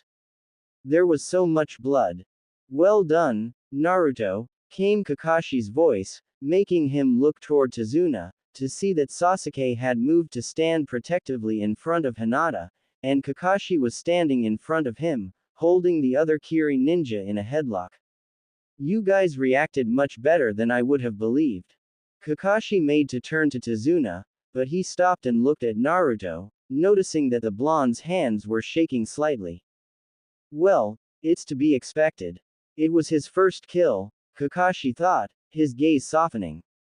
But to do it at that age, I'll have to talk to him about it later. Kakashi turned to Tazuna and gave him a very serious look. Tazuna-san. Tazuna visibly flinched. Why yes, I need to talk to you. Within moments, the Kiri ninja had been tied to a tree, and judging from the fact that he was glaring daggers at Naruto, he was awake. This guy is a Chunin rank ninja, one of the demon brothers of Kurigakure no Sato. They are ninjas known to keep fighting no matter what. How did you read our movements? The demon brother asked Kakashi. Not even your genin were taken by surprise. On a sunny day like this, when it hasn't rained in days, a water puddle shouldn't exist, Kakashi said simply. Besides, Naruto is a very accomplished censor. He no doubt detected you from the moment you started following us, and alerted his teammates. Why did you let the brats fight when you knew that? Tazuna asked. If I had wanted to, I could have killed these two instantly, but there was something I needed to find out. Who the target was for these two? What do you mean? Tazuna asked. Meaning, were they after you, or one of us? We haven't heard that there are ninjas after you. Our mission was simply to protect you from thieves or gangs, Kakashi said, narrowing his eye at Tazuna. This has now become at least a B-rank mission. This was supposed to be simple protection until you completed the bridge. Tazuna was quiet, and a sweat drop was visibly rolling down his temple. If it was known that ninja were after you, this mission would have been an expensive B rank. I'm sure you have a reason, but it causes problems when you lie about the mission details. We are now operating outside of our duties. Are we ready for this type of mission? Hinata asked, gulping. I suppose that, at this point, it would be customary for us to abandon the mission, Kakashi said slowly, nodding more to himself than to the others. Sensei. Tazuna spoke up suddenly, catching Kakashi's attention. I have to talk to you. It's about this mission. You're right, this job is most likely outside of your duties. It turns out that a super dangerous man is after my life. Super dangerous man, Kakashi repeated, raising his only visible eyebrow. Who? You've probably at least heard his name before, Tazuna said quietly. The wealthy shipping magnate, a man named Geitu. Huh, Geitu, from that Geitu company? Kakashi asked, his eye widening in surprise. He's said to be one of the world's few extremely wealthy people. Yes, officially, he runs a large shipping company, Tazuna said with a nod. But, secretly, he sells illegal items using ninja and gang members to take over businesses and countries. He's a super nasty man. It was about a year ago when he set his eyes on the Wave country. Through money and violence, he quickly took control of the country's shipping industry. Geitu now has a monopoly on all business traffic in the country. The only thing he has to fear now is the completion of the bridge. And, because you are building the bridge to the mainland, he won't hold a monopoly anymore. Hinata concluded, to which Tazuna nodded. So, those ninja were hired by Gato? Sasuke asked, and Tazuna nodded. But what I don't understand is, if you knew ninja could be after you, why did you hide that fact when you hired us? Kakashi wanted to know. Tazuna sighed. The wave country is super poor. Even the daimyo has no money. Of course, we don't have much money, either. Not enough for the expensive B-rank mission. Well, if you quit the mission now, I will definitely be killed. But, don't worry about it. Tazuna said with a bright smile on his face. If I die, my cute, 10-year-old grandson will just cry for a few days. Oh, yeah, and my daughter will live a sad, sad life, hating Konoha Ninja forever. But it won't be your fault. Not at all. Kakashi twitched at that, scratching the plate on his Hitai-8. Then, he sighed and smiled at Tazuna, saying, well, I guess we have no choice. We will protect you, at least until you get back to your country. Tazuna smiled and thanked them profusely, but they could all see the victorious glint in his eyes. They set off, Kakashi in the front, Hinata and Tazuna in the middle, and Naruto and Sasuke bringing up the rear. Hey, Sasuke said softly, looking down at Naruto's hands. You're shaking. Still a bit shocked, I guess. Naruto mumbled, taking deep breaths. It's not like I've actually killed a man before. It was you or him, Sasuke said simply. Don't beat yourself up about it. Well, I know that, but my body doesn't seem to want to listen. It's not good to be shaking, especially now that we know that enemies are going to attack. Give me a minute, and I'll be fine, Naruto said, a small grin on his face.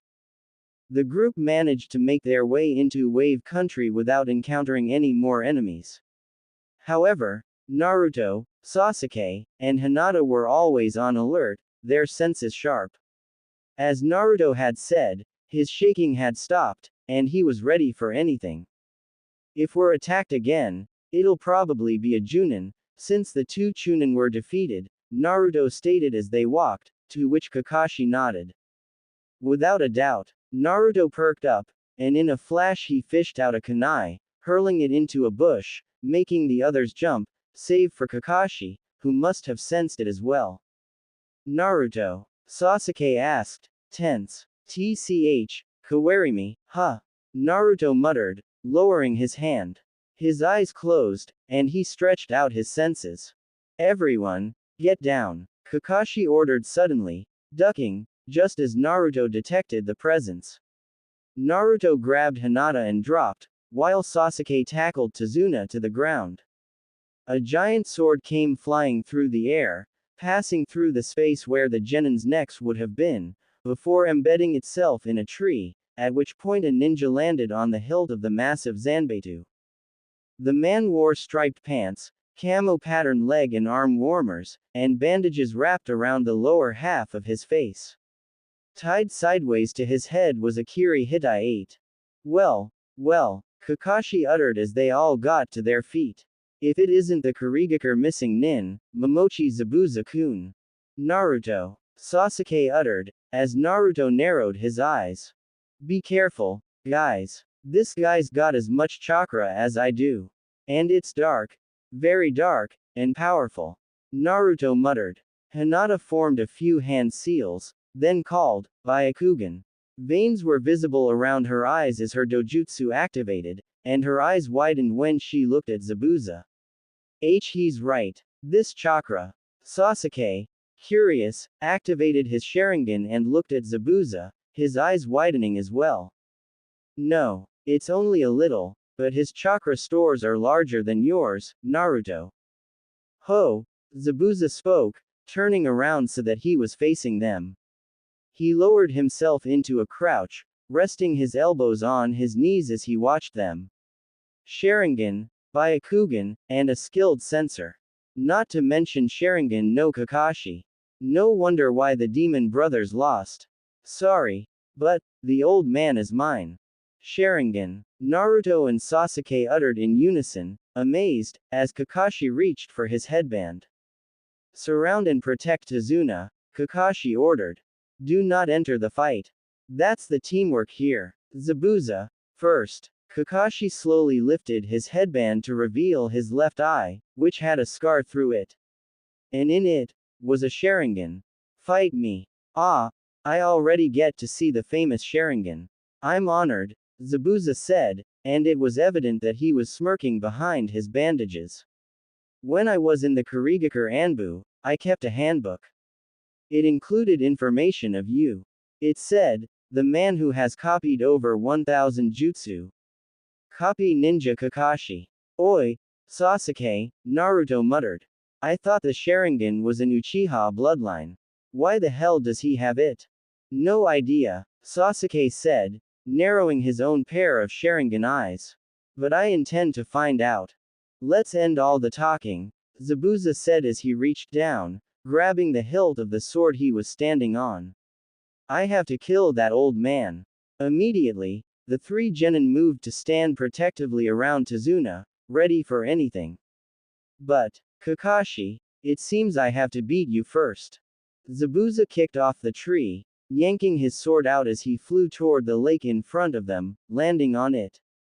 He released a large amount of chakra, causing the water to start swirling around him. Ninpu. Kurigakure no Jutsu, ninja art, hidden mist technique. Zabuza muttered as a thick mist rolled in, causing him to disappear from view. He'll come after me first, Kakashi announced. Momochi Zabuza. As a ninja of Kiri, he was known as an expert in silent killing. You don't even notice until you're already dead. It's not like I can use the Sharingan perfectly. You guys be careful. Suddenly, the mist got even thicker, and Zabuza's voice was heard coming from all around them. 8 choices: larynx, spine, lungs, liver, jugular, subclavian artery, kidneys, heart. Which one should I go after? Both Kakashi and Zabuza started flooding the area with killing intent. It was so much that Naruto felt every single muscle in his body tense, and he couldn't help but shiver slightly. He turned his head to look at Hinata, to see that her Byakugan was fading, and her entire body was shaking. She was also visibly sweating in fright. Hinata. Naruto spoke suddenly, catching her attention. He smiled when she looked at him. Stay strong. This is what he wants, so keep your guard up. Sasuke. Kakashi spoke suddenly, and Naruto turned his head to see that Sasuke had been shaking as well. Don't worry, I'll protect you guys with my life, their sensei said as he turned his head to smile at them. I don't let my comrades die. We'll see about that, came Zabuza's voice from between Tazuna and the genin. It's over. Zabuza wasn't fast enough, however. In a flash, Sasuke's Chikudo had been unsheathed, and he spun faster than Naruto had ever seen him move. The blade flashed, and Zabuza's head was suddenly separated from his body, his eyes wide. The body and the head, however, exploded in a shower of water, and Naruto's eyes widened when he picked up on Zabuza's chakra. Sensei, behind you, he called out, but too late, as Zabuza's massive sword had already cut Kakashi in half. Only for Kakashi's body to disperse into water as well, another Kakashi appearing behind Zabuza with a kunai at his neck. Don't move, Kakashi ordered. It's over. TCH, Naruto thought, gritting his teeth. This damn mist is covered in his chakra. I can hardly even sense Kakashi through it, he thought, then looked at Hinata. Oi, Hinata, can you see anything? No, Naruto-kun. There's too much chakra in the air. Same here, Sasuke muttered. Then, his eyes widened when Zabuza spoke to Kakashi. Sensei, behind you. Kakashi's eyes widened when yet another Zabuza appeared behind Kakashi, the Zabuza in front of him dissolving into water. He ducked under a sword swing, but Zabuza didn't even pause when his sword dug into the ground. Instead, he spun, switching his grip, and booted Kakashi in the face, sending him flying through the air. Zabuza immediately pulled his sword out of the ground and ran off, jumping toward the spot where Kakashi splashed into the water. As Kakashi surfaced, Zabuza landed behind him and flashed through hand seals. Suiro no Jutsu, water prison technique. He announced as the water shot up to envelop Kakashi in a ball, Zabuza holding his hand in it to keep it going. You tried to escape to the water. Big mistake. Now I have you in an inescapable prison. Zabuza said, chuckling. It's tougher if you can't move, you know. Now, Kakashi, we can finish things later. First, I'll take care of them, he said as he put his hand in a half-ram seal. Out of the water rose a Mizu Bunshin, who walked onto the shore, chuckling softly. Wearing those Hitai and acting like ninja, the clone said, smirking behind his bandages. A real ninja is someone who has survived numerous brushes with death. Only when you're good enough to be listed in my handbook can you start calling yourself ninja. You are not ninja, just brats. Take Tazuna-san and run. Kakashi yelled suddenly. You have no chance of beating him. As long as he's keeping me trapped in this prison, he can't move. The Mizu Bunshin can't go very far from his real body. Just run away now. Naruto slowly turned his head to look at Sasuke, who smirked and nodded. Then he looked to Hinata, who gulped, but steeled herself nonetheless, nodding as well. Run away. TCH, Kakashi-sensei, you underestimate us, Naruto said, a grin spreading on his face. A Mizu Bunshin only possesses 1/10 of the original's power. Do you think it's that weak?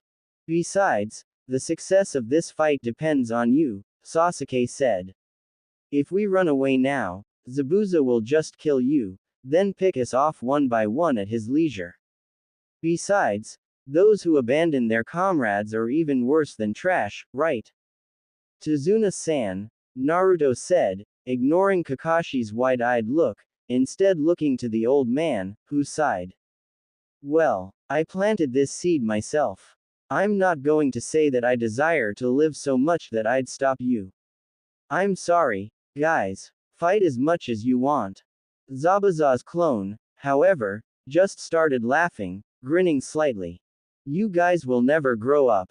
Going to keep playing ninja, When I was your age, these hands were already dyed red with blood. So, Naruto asked, raising an eyebrow. What? That makes you a ninja? That just makes you a psychopathic killer, you eyebrowless freak. He exclaimed, raising his hand to point at Zabuza. Don't talk as if you know us. Talking trash is for when the battle is over. Sasuke, Combo 27. Hey, right, Sasuke said as they both started flashing through hand seals. Naruto ended in a snake seal, and a wooden pole shot out of the ground in front of Sasuke, heading past the Zabuza clone and then curving around him, intending on wrapping around him. The clone, despite the shock at seeing a Mokuden jutsu used, leapt into the air to avoid it, which was a big mistake, as the wood shot upward and wrapped around him, trapping him, just as Sasuke finished his hand seals. Naruto Sasuke Kanbi Jutsu. Naruto Sasuke combo technique smiley face, they both announced, Naruto grinning and Sasuke blowing a stream of flame at the wood, which shot up along it to encase the entire wooden pole and the Zabuza clone in flames, yakiniku, grilled meat. The flames burned so hot that when the clone died, the water didn't drop to the ground, instead turning into steam and rising into the air. Ho! The real Zabuza uttered in amusement. Mokuden ninjutsu, That was unexpected. However, he put his hand in another half-ram seal, and 10 more Mizu Bunshin rose from the water, walking onto the shore. Sasuke, you can do it, right?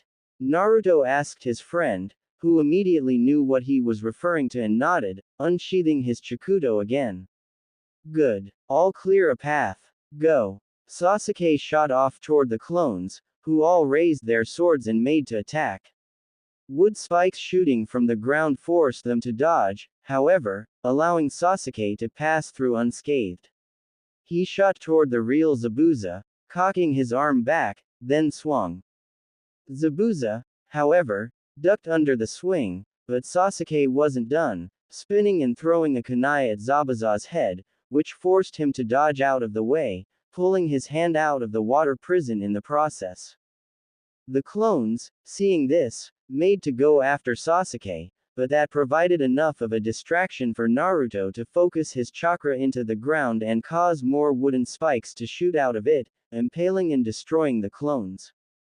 "You brat!" Zabuza yelled at Sasuke, reaching up to grab the sword on his back, only for Kakashi's sandal to plant itself into his face, knocking him back. "Your opponent is me," Kakashi said, his Sharingan narrowed dangerously. Zabuza bounced on the water, landing in a crouch and rising to a stand. "Hey, I got distracted and released the jutsu." "Wrong," Kakashi said. "You were forced to release it," he corrected, which made Zabuza twitch. "Naruto, Sasuke, good job. Don't worry, though, I'll take it from here." Zabuza looked like he was gritting his teeth as Sasuke nodded and sheathed his Chikudo, running past Kakashi and back to Naruto, Hinata, and Tazuna, whereupon he gave Naruto a high five. "I'll tell you now, I don't fall for the same jutsu twice," Kakashi said, staring calmly at Zabuza. "What will you do now?"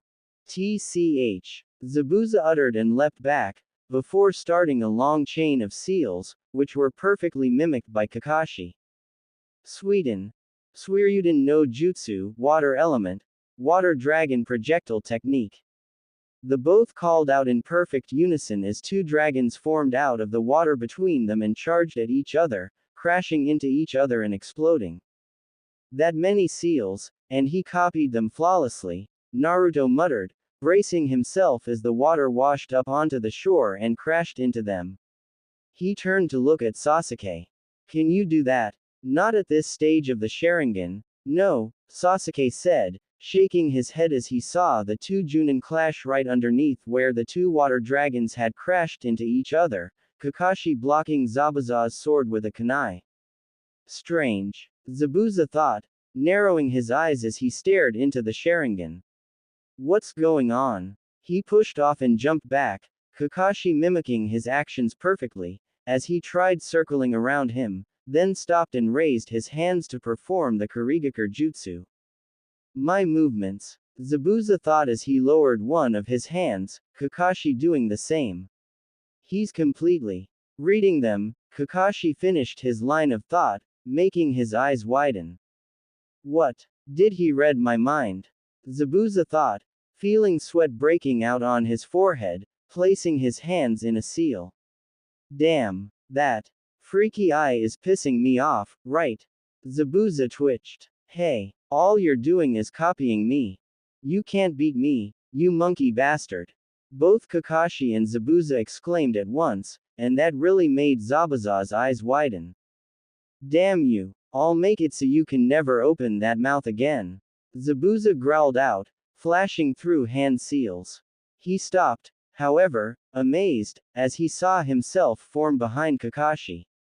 That's me. That's not possible. Is this one of his genjutsu?" Kakashi, to his surprise, finished the chain of seals Zabuza had been doing, and called out, "Suiden, Daibakufu no Jutsu, Water Element, Grand Waterfall Technique." As his Sharingan started spinning, and the water in front of him came to life and rose up, rushing at Zabuza. "What? Impossible!" Zabuza roared as the water smashed into him, sending him through a large amount of trees with the force of it. "I'm the one doing the jutsu, yet I can't keep up," he thought in a panic, right before getting washed into a tree, after which his arms and legs were pierced by kunai.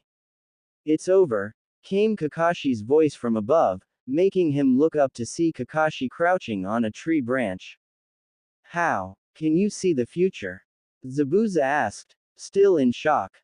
"Yeah, your future is death," Kakashi proclaimed, raising a kunai.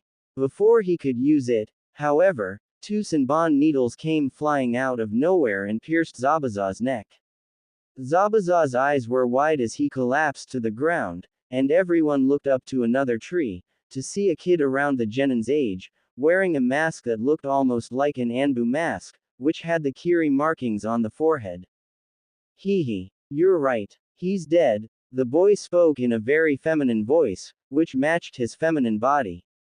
Who's the gender-confused mask boy? Naruto asked loudly, displaying his usual tact as Kakashi jumped down to Zabuza's body, checking his pulse. Thank you very much, the masked ninja said, bowing. I have been searching for the opportunity to kill Zabuza for a long time. That mask, Kakashi said, looking up at him. You're a Kiri hunter nin. Hunter nin, Hinata repeated in confusion, looking to her teammates for explanations. Hunter nin are a special division of Anbu, Sasuke explained. Their duty is to hunt down and kill missing nin. TCH, to get a rank like that at that age. There are some great ninja out there, Naruto asked, a grin on his face. It'd be nice to fight him. The hunter nin jumped down and slung Zabuza's arm over his shoulder, picking him up. Your battle is now over, and I must dispose of this body, since it seems to be a body with many secrets, he said, putting his hand in a half-ram seal. Farewell. The wind started kicking up around him so fast that it was howling, and then, in the blink of an eye, he and Zabuza's corpse were gone. Kakashi breathed a sigh of relief, pulling down his headband to cover his Sharingan, and Sasuke and Hinata deactivated their own eyes. Now we have to get to Zuna-san home, Kakashi announced to his genin. Let's go. Ha ha ha. Super thanks, guys. Tazuna said brightly. Come over to my house and relax for a while. Just as he said that, Kakashi suddenly froze, and tipped forward, unable to move. Ah, I was wondering when that would happen, Naruto said, unsurprised as he walked up to Kakashi, crouching down in front of him. Your chakra stores are lower than mine, and you're using a transplanted eye. That should drain you pretty quickly, Sasuke, gimme a hand here. Why, too weak to carry him yourself? Shut up and give me a hand. Hey.